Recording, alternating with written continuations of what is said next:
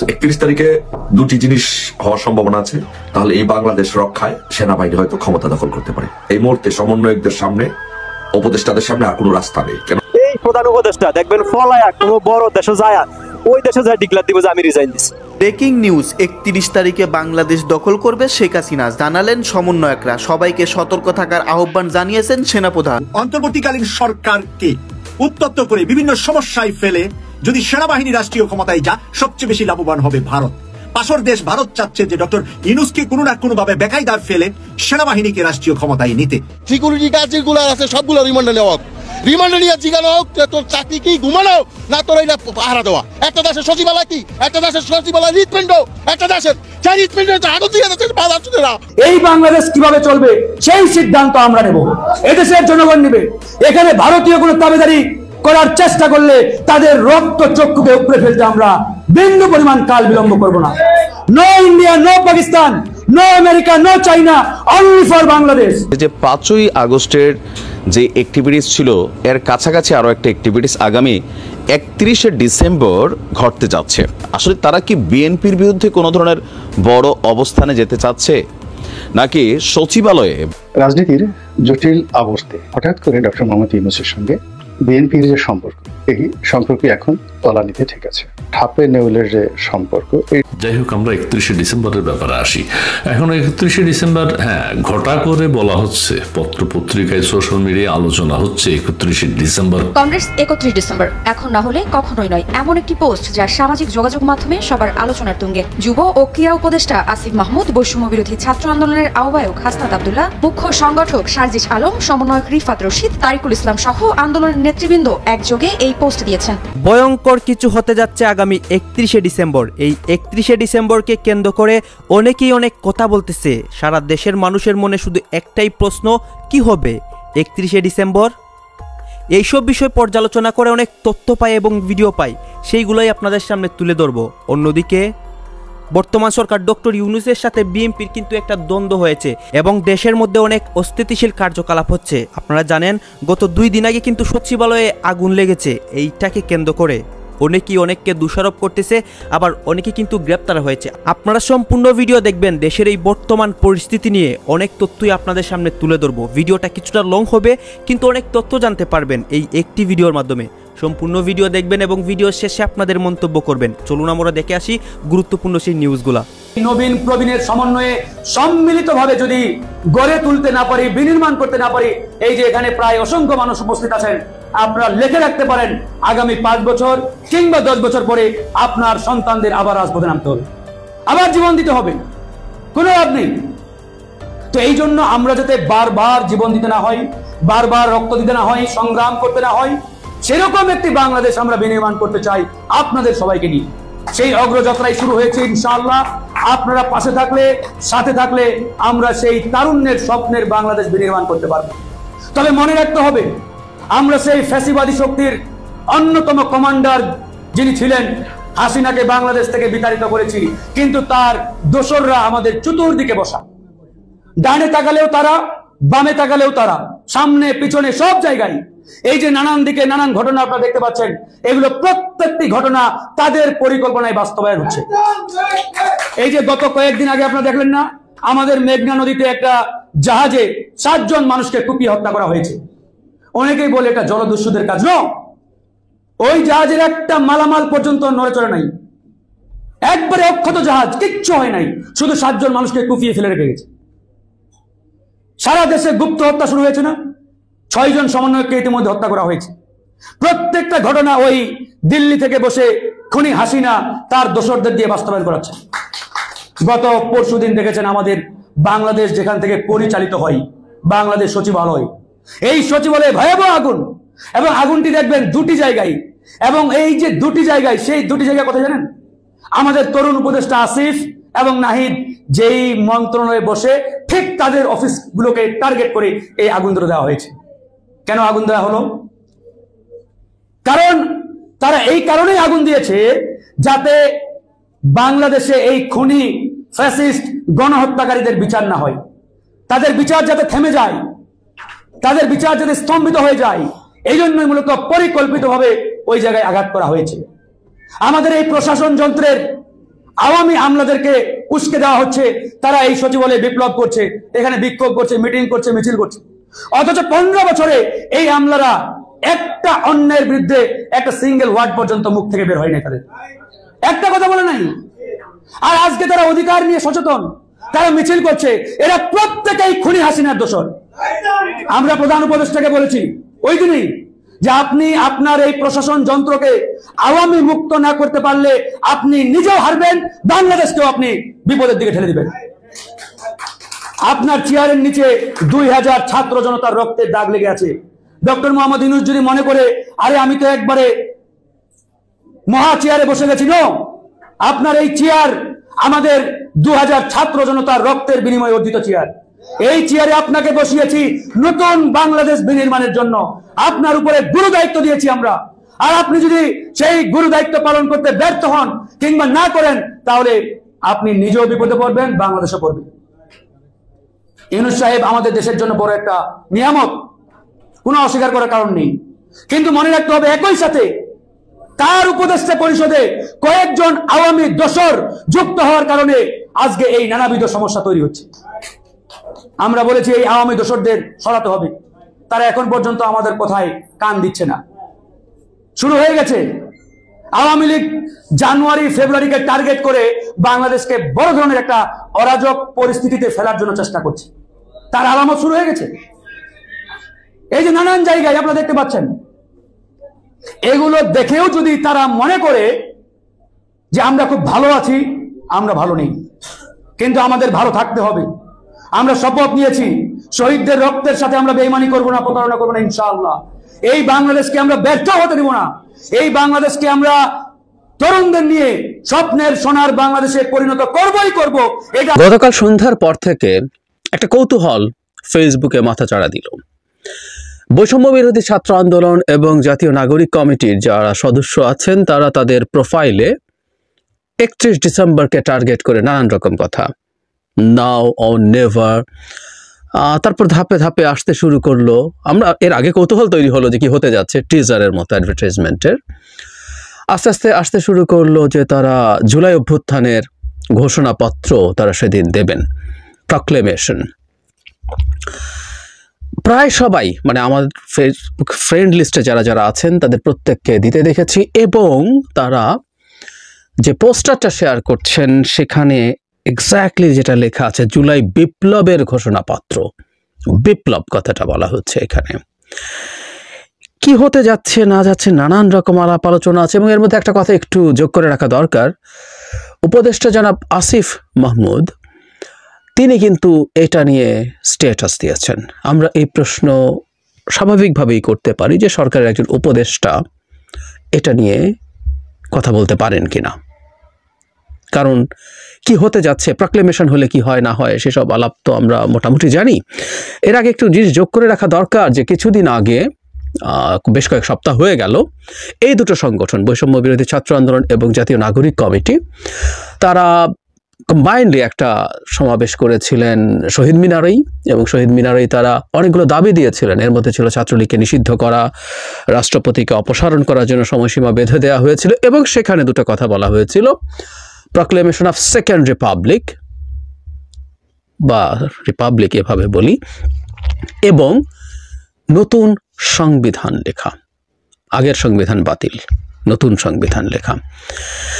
আমি আসবো, আসলে তারা কি করতে চেয়েছেন একটা ইশারা আছে, আমি সেইটা নিয়ে কথা বলবো। জনাব হাসনাত একজনের একটা স্ট্যাটাস শেয়ার করেছেন। সো আমরা জনাব হাসনাতকে আমরা জানি অত্যন্ত গুরুত্বপূর্ণ একজন সমন্বয়ক, এবং এই মুহূর্তে বৈষম্য বিরোধী ছাত্র আন্দোলনের প্রধান ব্যক্তি তিনি।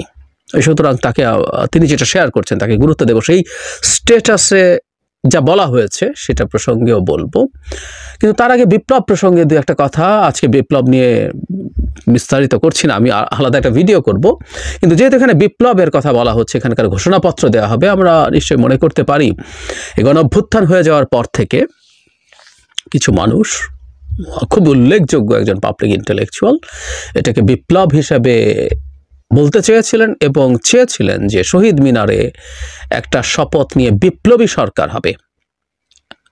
শেখ হাসিনা নিযুক্ত রাষ্ট্রপতি জনাব শাহাবুদ্দিন চুপ্পুর অধীনে শপথ নিয়ে সবকিছু ধ্বংস হয়ে গেছে ইত্যাদি ইত্যাদি, এবং আমরা বড় বিপদে পড়ে যেতে যাচ্ছি সংবিধানটাকে রেখে। আমাদের মনে আছে নিশ্চয়ই, আমি এটার বিরুদ্ধে ঠিক প্রথম দিন থেকেই ফাইট করেছি, যেখানে যেখানে সুযোগ এসছে, আলাপ এসছে, নিজের চ্যানেলে কথা বলেছি, টিভি চ্যানেলে কথা বলেছি, কারণ এই আলাপটা খুব ট্র্যাকশন পাচ্ছিল। আস্তে আস্তে মনে হচ্ছিল যে আলাপটা আর খুব বেশি নেই, কিন্তু এখন আবার দেখা যাচ্ছে আমাদের মনে স্বভাবজাতভাবে প্রশ্ন আসবে যে কেন এটা করা হচ্ছে। আগে আমি জনাব হাসনাত আবদুল্লাহ যে স্ট্যাটাসটা শেয়ার করেছেন সেটা একটু পড়ি, তাহলে আমরা খুঁজে বের করার চেষ্টা করতে পারবো। প্রক্লেমেশন অফ রেভলিউশন কেন লাগবে? রেভলিউশন বলা হচ্ছে বিপ্লব, আমার আপনার এবং আমাদের সবার অস্তিত্ব বাঁচাইতে লাগবে। আমাদের এই বিপ্লবকে সত্যিকার অর্থে বিপ্লবের রূপ দিতে এই প্রক্লেমেশন লাগবে। এই কাজ হওয়ার দরকার ছিল 5ই আগস্ট, কিন্তু দেরিতে হইলেও যে হচ্ছে এইটা অস্বস্তির খবর। এখন আপনাদের মনে প্রশ্ন জাগতে পারে যে প্রক্লেমেশন জিনিসটা আসলে কি, এটা মূলত রাজনৈতিক বন্দোবস্তের আক্ষরিক অর্থে ঘোষণা। তো এই ঘোষণাটা ঠিক কি করে খেয়াল করি। এই যে ধরেন সরকার, এটা তো সংবিধান অনুযায়ী অবৈধ। প্রক্লেমেশন সে সংবিধানকে সরাসরি চ্যালেঞ্জ করে এবং সংবিধানকে প্রক্লেমেশনের আলোকে ব্যাখ্যা এবং সংশোধন করতে বাধ্য করে।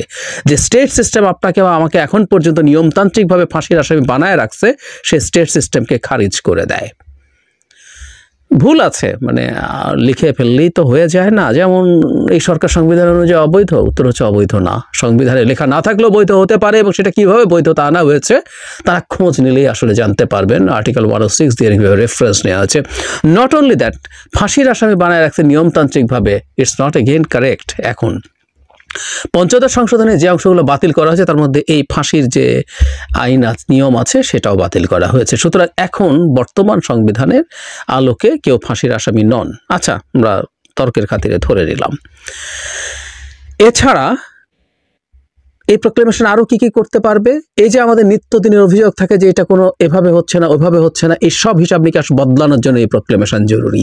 রাষ্ট্রযন্ত্রের যে সকল বস্তাপচা নিয়মের কারণে সব কাজ পিছিয়ে যায় তা ছুঁড়ে ফেলে জুলাইয়ের আলোকে নতুন রাষ্ট্র কাঠামো তৈরির ভিত্তি হবে এই প্রক্লেমেশন। যে নতুন বাংলাদেশের স্বপ্ন এই দেশের মানুষ দেখেছে তা বাস্তবায়ন হবে এর মাধ্যমে। এর কাজ হওয়া উচিত ছিল অনেক আগেই, দেরি হয়ে গেছে মাস 5 কিন্তু তাও হচ্ছে। জুলাইকে ধারণ করা প্রতিটি ব্যক্তির আকাঙ্ক্ষা পূরণ হবে এর মাধ্যমে। যে বাংলাদেশ 2.0 কথা আমরা এতদিন ধরে বলে এসেছি তা সত্যি হবে 31 তারিখ। আমি থাকবো সেই দিন শহীদ মিনারে মুজিববাদের কবর রচনা করতে, আপনারা থাকবেন তো? মানে মুজিববাদের কবর রচনা করার আলাপও করছে। মানে তারা কেন জানি না এই দুটো সংগঠন মুজিববাদকে খুব সামনে আনছে। মুজিববাদ বলে একটা বস্তু আছে আমরা জানি, আমরা সেই আলোচনায় আজকে আর ঢুকছি না, কিন্তু শেখ হাসিনা তার লাস্ট 15 বছর মুজিববাদকে প্রতিষ্ঠিত করেছেন, ওটাকে রাখতে চেয়েছেন, ওটাকে সামনে রেখে শাসন করেছেন।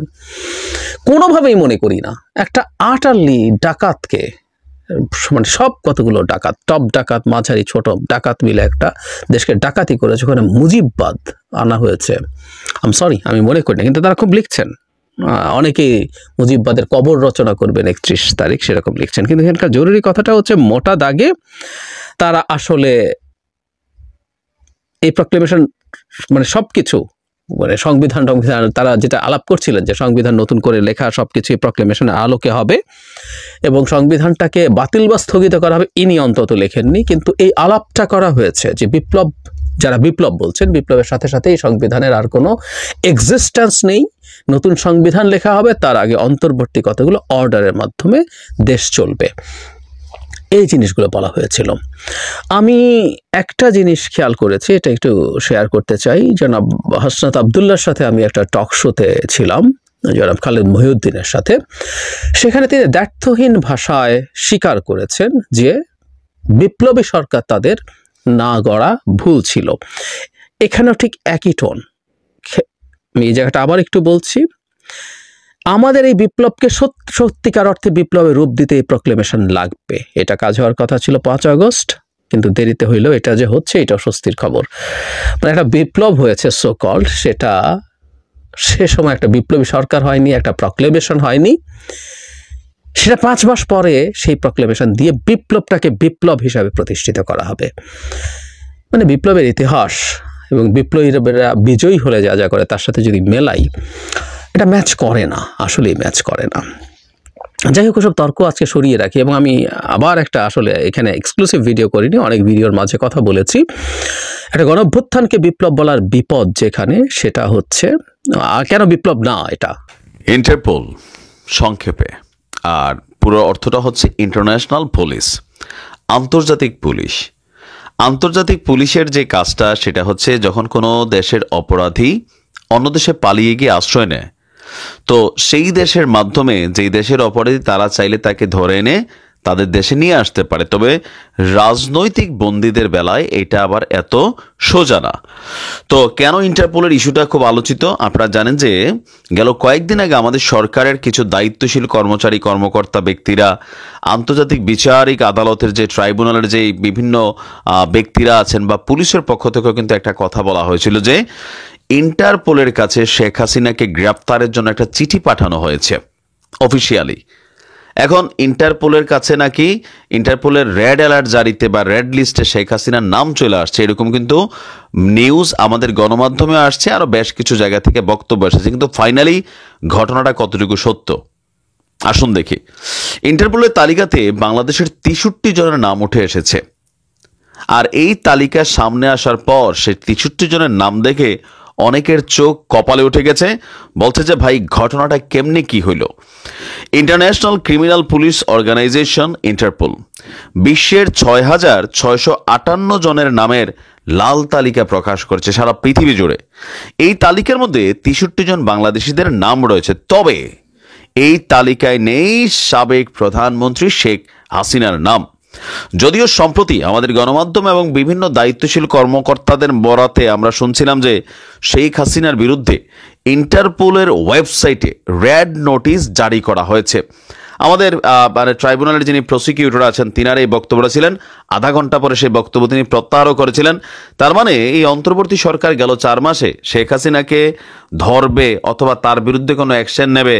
ভারতের কাছে যে কূটনৈতিক চিঠিটা পাঠাইছে, ভারত বলতেছে যে আপনি কোনো দেশে গেলেন খেলা দেখতে, তো সেই দেশের গ্যালারিতে আপনি কোনো রকম অব্যবস্থা পাইলেন, একটা চিঠি লেখা জানাইলেন, এইটা যেমন ঠিক ততটুকুর বাইরে আর কিছু না। তার মানে বোঝা গেছে তো শেখ হাসিনাকে ভারতে থেকে বাংলাদেশে ফিরত আনবে বা গ্রেপ্তার করবে, ফাঁসিতে ঝুলাবে, এই যে কথাগুলা, এগুলার পিছনে বাস্তবিক পক্ষে তাদের সক্ষমতার কতটুকু এটা কিন্তু টের পাওয়া গেছে। আন্তর্জাতিকভাবে এগুলারে কতটুকু পাত্তা দিচ্ছে, আমার কাছে মনে হচ্ছে পাত্তাই দিচ্ছে না, এটাই মনে হচ্ছে।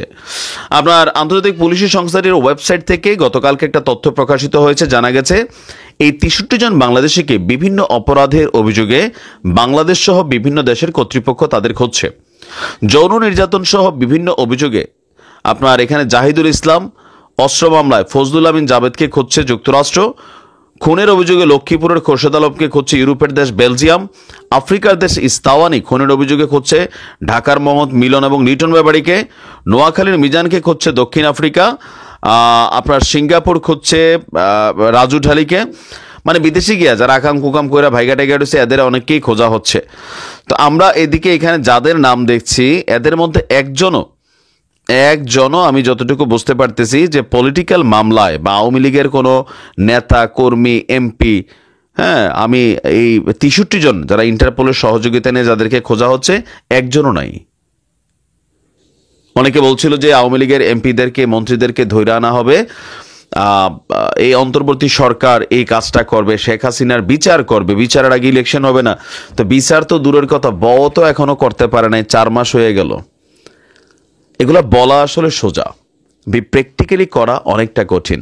আর ভারতের সাথে যেই সম্পর্ক, বিশেষ করে উপদেষ্টা মাহফুজের ওই স্ট্যাটাসের পরে আপনার মনে হয় যে ভারত শেখ হাসিনারে ফেরত দিবে বা শেখ হাসিনার বিরুদ্ধে এই যে চিঠিটা পাঠিয়েছে ভারতের তো পাত্তাই দেয় না। প্র্যাকটিক্যাল হচ্ছে এটা, কারণ কূটনৈতিক সম্পর্ক তলানিতে এই সরকারকে ভারত মনে করে একটা পাকিস্তান ঘেঁষা সরকার। দেখেন না একের পর এক নিউজ করছে পাকিস্তানি সেনারা বাংলাদেশে আসবে, ট্রেনিং করবে, যদিও শব্দগুলো গুজব শব্দটা আমরা সবাই জানি। ভারতের একদম মন্ত্রী থেকে শুরু করে প্রত্যেকটা মানুষ এই সরকারকে ভাবে পাকিস্তান ঘেঁষা, কারণ পাকিস্তানের সাথে ব্যবসা বাণিজ্য থেকে শুরু করে অনেক কিছুই যেটা 53 বছর ঘটে নাই সেগুলো ঘটছে। ভারত মনে করতেছে এটা পাকিস্তানি সরকারের সাপোর্টিংয়ে কাজ করবে, শত্রু হিসেবে দেখছে। সো এরকম একটা সম্পর্কের মধ্যে ভারতের কাছ থেকে আপনি সহযোগিতা নিয়ে কোনো অপরাধীকে বাংলাদেশ থেকে পলাতক যে সকল অপরাধীরা আছেন, বিশেষ করে আওয়ামী লীগের এমপি মন্ত্রী বা নেতাকর্মী, তাদেরকে ফেরত আনবেন, এটা আসলে এত সোজা না। বলা অনেক কিছু যায়, মানুষ খুশি হয়, এক শ্রেণী খুশি হয়, কিন্তু বাস্তবতা হচ্ছে এই সরকার, শেখ হাসিনা তো দূরের কথা, আমার মনে হয় না যে ওবায়দুল কাদেরকে বা আওয়ামী লীগের একজন মিনিমাম লেভেলের এমপিকে বা পদে থাকা বড় কোনো কর্মকর্তা ব্যক্তিকে ফিরিয়ে আনতে সক্ষম, কারণ কূটনৈতিক সম্পর্কটা পড়ে গেছে। ইভেন এটা ডেভেলপ করবে কিনা সেটাও সন্দেহ আছে। আর ভারতের তো মনোভাবই নাই। এখন বাংলাদেশে সবচেয়ে বেশি আলোচিত হচ্ছে যে 31 তারিখে কি হতে যাচ্ছে। 31 তারিখে কি সমন্বয়করা বিপ্লবী সরকার গঠন করবে, ঘোষণা দিবে শহীদ মিনারে, নাকি 31 তারিখ সেনাবাহিনী ক্ষমতা দখল করবে, সেনাবাহিনী ক্ষমতা নিবে? কি হতে যাচ্ছে বাংলাদেশে, এই বিষয়টি নিয়ে 31 তারিখে বাংলাদেশে কি হবে, এই বিষয়টি নিয়ে সবাই শঙ্কিত, চিন্তিত এবং খোঁজার চেষ্টা করছে বাংলাদেশে কি হতে যাচ্ছে। 31 তারিখে দুটি জিনিস হওয়ার সম্ভাবনা আছে। যে একটি হচ্ছে যে সমন্বয়করা বিপ্লবী সরকার গঠন করতে পারে, এখান থেকে ঘোষণা দিতে পারে, অথবা যদি সমন্বয়করা যদি বিপ্লবী সরকার ঘোষণা দেয় তাহলে এই বাংলাদেশ রক্ষায় সেনাবাহিনী হয়তো ক্ষমতা দখল করতে পারে। অথবা যদি এই দুটির কিছুই যদি না হয় তাহলে হয়তোবা বাংলাদেশ অন্য রাজনৈতিক প্রেক্ষাপটের দিকে মন নেবে। বাট আপাতত 31 তারিখ যদি ওরা যে চিন্তা ভাবনা নিয়ে এগুচ্ছে, যতটুকু ইনফরমেশন আছে, যদি এরা বিপ্লবী সরকার গঠন করতে চায় তাহলে সেনাবাহিনী অবশ্যই হস্তক্ষেপ করবে এবং সেনাবাহিনী ক্ষমতা নিয়ে নিবে। কারণ ওরা বিপ্লবী সরকার গঠন করতে চায় এই কারণে যে বিপ্লবী সরকার গঠন ছাড়া এই মুহূর্তে সমন্বয়কদের সামনে, উপদেষ্টাদের সামনে আর কোনো রাস্তা নেই। কেন রাস্তা নেই? যদি নির্বাচন হয়, কারণ বাঁচতে হলে এই সমন্বয়কদের এবং উপদেষ্টাদের বাঁচতে হলে বিপ্লবী সরকার করে বাঁচতে হবে, নয়তো এই দেশ ছাড়তে হবে, দুইটার একটা। কারণ ওরা যদি এখন এই মুহূর্তে যদি নির্বাচন হয় তাহলে হয়তো আওয়ামী লীগ ক্ষমতা আসবে, নয়তো বিএনপি ক্ষমতা আসবে। আওয়ামী লীগ ক্ষমতা আসলে ওরা নিরাপদ নয়, বিএনপি ক্ষমতা আসলে ওরা নিরাপদ নয়। যেই ক্ষমতা আসে না কেন তাদের গণপিটুনিতে নিহত হওয়ার সম্ভাবনা বেশি। কারণ পৃথিবীর ইতিহাসে যদি বিপ্লবীদের, সেটা অনেক লম্বা আলোচনা, পৃথিবীর ইতিহাসে যদি বিপ্লবীদের ইতিহাস খোঁজেন তাহলে এরকমই হয়েছে। সো একইভাবে বাংলাদেশে এই জিনিসটি হতে পারে। কারণ সেনাবাহিনীর ভিতরে যে 2% উগ্রপন্থী আছে যারা চাচ্ছে যে একটি বিপ্লবী সরকার, ইসলামিক জঙ্গি বিপ্লব বা ইসলামিক বিপ্লবী সরকার গঠন হোক, কিন্তু 98% সেনাবাহিনী, এর মধ্যে 10-15%, 15 থেকে 20% বিএনপি পন্থী, তারপর বাকি যারা আছেন হচ্ছেন মুক্তিযুদ্ধের পক্ষের শক্তি, আর কিছু আছেন যে অল্প কিছু আছেন যে তারা কোনো দিকেই যাচ্ছেন না, যেতে চায় না, তারা চায় দেশের শান্তি। বেসিক্যালি তারা রাজনীতি এত বেশি একটা রাজনীতি পছন্দ করেন না। এখন এই 2% উগ্রপন্থী সেনাবাহিনী যদি বিপ্লবী সরকারের দিকে যায় তাহলে কিন্তু রাষ্ট্রটা ধ্বংস হয়ে যাবে। তাহলে 98% সেনাবাহিনী বিপ্লবপন্থী সহ, তাহলে তারা সিদ্ধান্ত নেবে যে এই দেশটাকে রক্ষা করতে হলে, বিপ্লবী ইসলামী বিপ্লবী সরকার গঠন থেকে রক্ষা করতে হলে তাদেরকে ক্ষমতা নিতে হবে। তখন সেই ক্ষেত্রে এরা যদি, এই সমন্বয়করা যদি 31 তারিখে বিপ্লবী সরকার গঠন করতে চায় তাহলে সেনাবাহিনী অবশ্যই এখানে হস্তক্ষেপ করবে এবং সেনাবাহিনী ক্ষমতা নেবে। আর যদি ওরা বিপ্লবী সরকার গঠন না করে তাহলে হয়তোবা 31 তারিখে সেনাবাহিনীর ক্ষমতা নেওয়ার সম্ভাবনা নেই। এই জন্য 31 তারিখকে ঘিরে একটি রাজনৈতিক অস্থিতিশীলতা এবং রাজনৈতিক একটি হাই টেম্পার বাংলাদেশে এখন চলছে যে কি হতে যাচ্ছে 31 তারিখে। 31 তারিখে কি সেনাবাহিনী ক্ষমতা নেবে না সমন্বয়করা বিপ্লবী সরকার গঠন করবে, কোন দিকে যাচ্ছে? এই জন্য পুরো বাংলাদেশের মানুষ, পুরো দেশ ও জাতি অপেক্ষা করছে যে আসলে 31 তারিখ কোন দিকে যাচ্ছে। 31 তারিখ, সো আমরা সকলেই 31 তারিখের জন্য অপেক্ষা করছি। আমরাও শঙ্কিত যে 31 তারিখে কি হতে যাচ্ছে। বাট আমি এখানে আওয়ামী লীগের নেতৃবৃন্দকে, মুক্তিযুদ্ধের সপক্ষের শক্তিকে, সকলকে, ছাত্রলীগ যুবলীগ সহ যারা আছেন সকলকে সতর্ক অবস্থায় থাকার জন্য অনুরোধ করবো। 31 তারিখে সারা বাংলাদেশে একটা সতর্ক অবস্থার মধ্যে থাকবেন। যদি বিপ্লবী সরকার গঠন হয় তাহলে সেনাবাহিনী অবশ্যই হস্তক্ষেপ করবে এবং সেনাবাহিনী ক্ষমতা নেবে। সেনাবাহিনী ক্ষমতা নেওয়ার সাথে সাথে ধরে নিতে হবে যে আমাদের একটি প্রাথমিক বিজয় হয়েছে। প্রাথমিক বিজয় হলে সাথে সাথে এদেরকে, এই সমন্বয়কদেরকে সবাইকে গ্রেফতার করা হবে, অ্যারেস্ট করা হবে, উপদেষ্টাদেরকে অ্যারেস্ট করা হবে।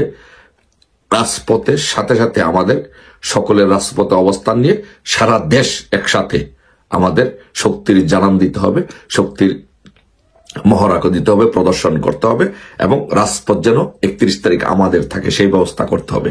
সেই জিনিসটির জন্য সকলকে সেই বিষয়টি 31 তারিখটি অবজারভেশনে রাখতে হবে এবং প্রস্তুতি নিয়ে রাখতে হবে 31 তারিখে যদি এরকম ধরনের কোনো ঘটনা হয় যে ওরা বিপ্লবী সরকার ঘোষণা দিতে চায় শহীদ মিনার থেকে 31 তারিখে দুপুর 3টায় যে সমাবেশ হবে, তাহলে সেনাবাহিনী যদি হস্তক্ষেপ করে তাহলে সাথে সাথে আমাদের সেনাবাহিনীর পাশে দাঁড়াতে হবে এবং এদের কাছ থেকে বাংলাদেশকে রক্ষা করতে হবে। তাই দেশের সকলকে, মুক্তিযুদ্ধের সপক্ষের শক্তির সকলকে, আওয়ামী লীগের সকল সহযোগী সংগঠনকে অনুরোধ করব যে আপনারা 31 তারিখে সকলে সতর্ক অবস্থায় থাকবেন, নজর রাখবেন, প্রস্তুতি নিয়ে রাখবেন। যদি কোনো ঘটনা ঘটে সাথে সাথে যেন আমরা রাজপথে নেমে আসতে পারি।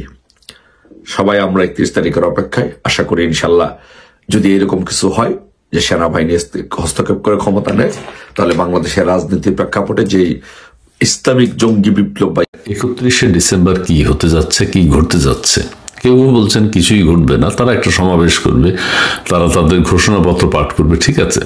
তবে 5ই আগস্ট থেকে যদি আমরা বাংলাদেশের চিত্রগুলো দেখি, বাংলাদেশের যে হত্যাযজ্ঞ, নৈরাজ্য চলছে, এটিকে ধামাচাপা দেওয়ার জন্যই কিন্তু সচিবালয় অগ্নিকাণ্ডের ঘটনাটা ঘটেছে। সবার ভিতরে একটা আলোচনা, সচিবালয় কিভাবে আগুন লাগলো, কারা লাগিয়েছে, এটা কি পরিকল্পিত, বিগত সরকারকে কতভাবে দোষ দেওয়া যায়, বিগত সরকারের এত পাওয়ার, এত শক্তি, তারা সচিবালয় অগ্নিকাণ্ডের মতো ঘটনাও ঘটাতে পারে এখন। সেইটা একটা, কিভাবে আগুন লেগেছে সেটা নিয়ে প্রশ্ন আছে, নানাবিধ প্রশ্ন আছে। সচিবালয়ের এই অগ্নিকাণ্ডকে ধামাচাপা দেওয়ার জন্য এখন 31শে ডিসেম্বরের কথা বলা হচ্ছে। এখন প্রত্যেকের মধ্যেই একটাই আলোচনা, 31শে ডিসেম্বর কি হচ্ছে, জুলাই বিপ্লবের ঘোষণাপত্র পাঠ করা হবে শহীদ মিনারে, আর কি ঘটতে যাচ্ছে, সবাই একটা আতঙ্কগ্রস্ত অবস্থার মধ্যে আছেন।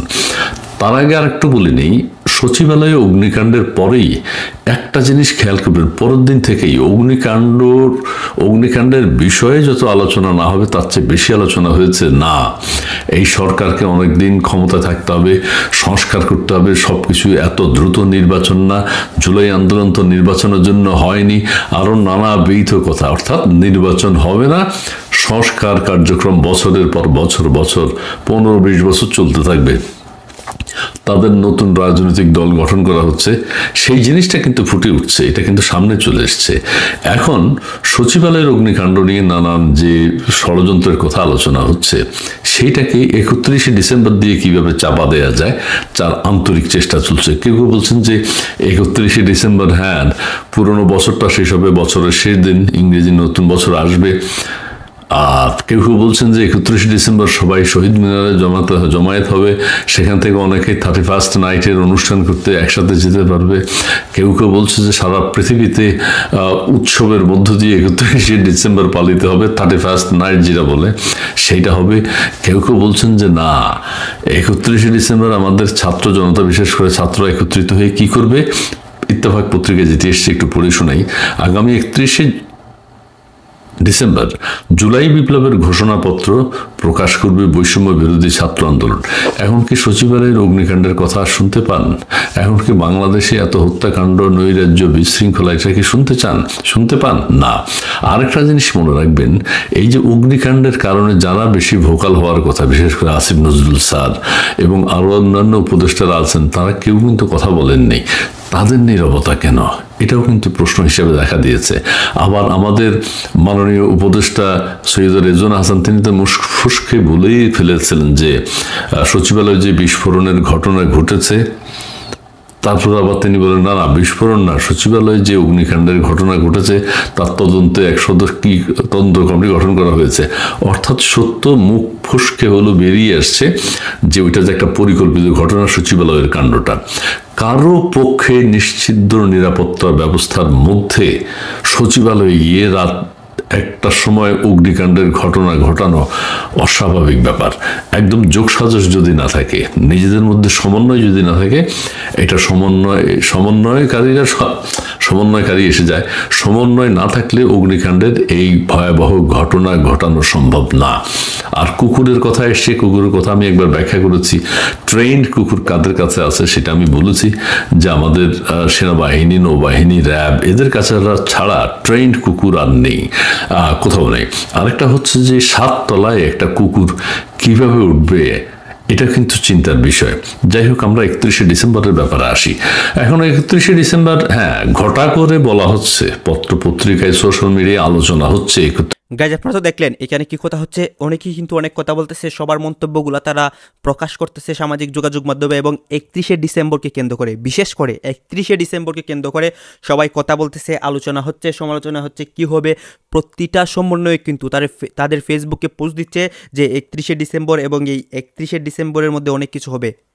দর্শক শ্রোতা, অন্যদিকে দেশের এই বর্তমান পরিস্থিতি নিয়ে এইসব নিয়েও কিন্তু অনেক কিছু দেখিয়েছি, সবার মন্তব্যগুলো দেখিয়েছি। দেশের মধ্যে যে এই অস্থিতিশীল কার্যকলাপগুলো হচ্ছে, সচিবালয় অগ্নিকাণ্ড, তারপরে যে কোনো কিছু নিয়ে আন্দোলন, এসব নিয়ে অনেক নিউজ আপনাদেরকে দেখিয়েছি। তখন আপনাদেরকে যা কিছু দেখিয়েছি সব কিছু কিন্তু আমরা সোশ্যাল মিডিয়া থেকে সংগ্রহ করেছি, এখানে আমাদের নিজস্ব কোনো মন্তব্য নেই। এইসব দেখে আপনাদের কি মনে হচ্ছে এবং আপনাদের মন্তব্য কী, এটা কিন্তু আপনারা অবশ্যই কমেন্ট বক্সে লিখে যাবেন। এবং আপনাদের কাছে আমাকে রিকোয়েস্ট থাকবে, আমার চ্যানেলটি সাবস্ক্রাইব করবেন এবং পাশে থাকা বেল আইকনটি অবশ্যই বাজিয়ে যাবেন, যাতে করে নেক্সট ভিডিওটা সবার আগে আপনাদের কাছে পৌঁছায়। ধন্যবাদ।